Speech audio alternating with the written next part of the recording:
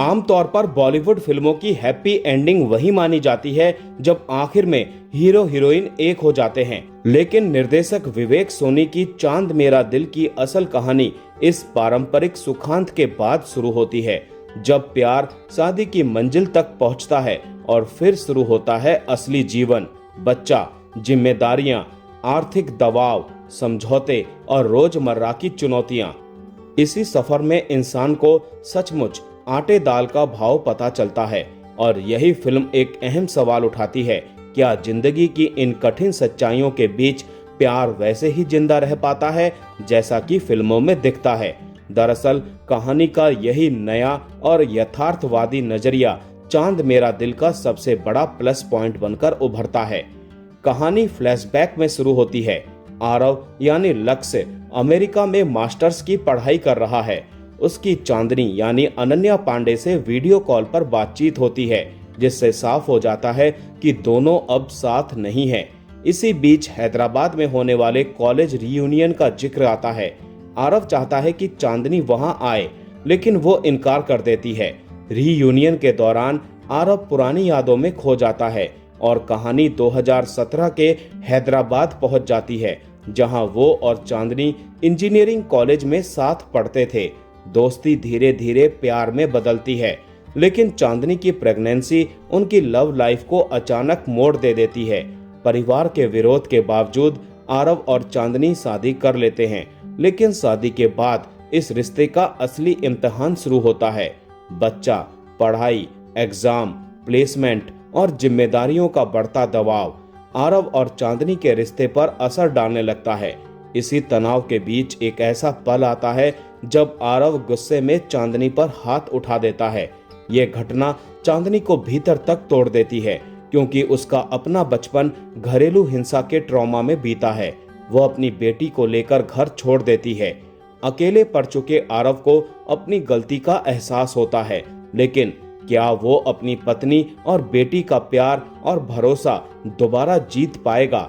यही सवाल फिल्म का भावनात्मक केंद्र बनता है।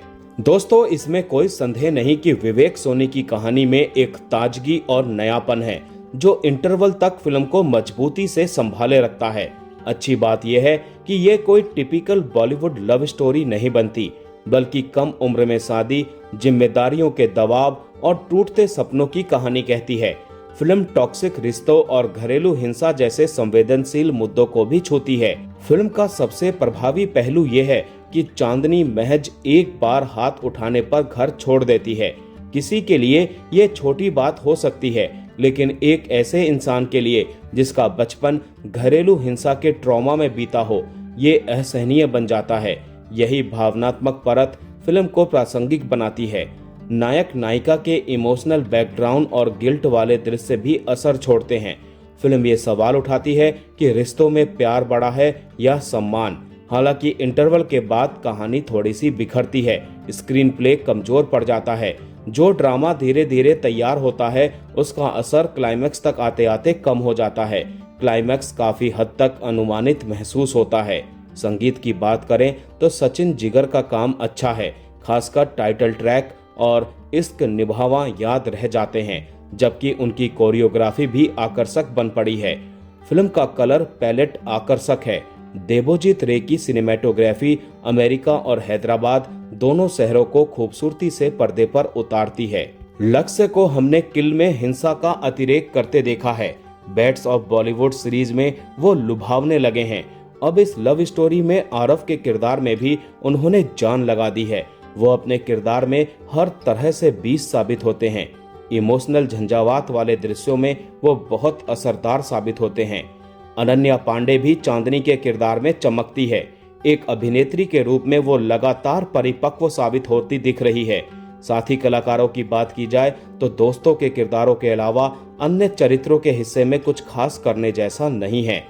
प्यार की एक नई कहानी जो सिर्फ रोमानी ख्वाब नहीं बुनती, लक्ष्य और अनन्या की फ्रेश जोड़ी जो रिझाती है।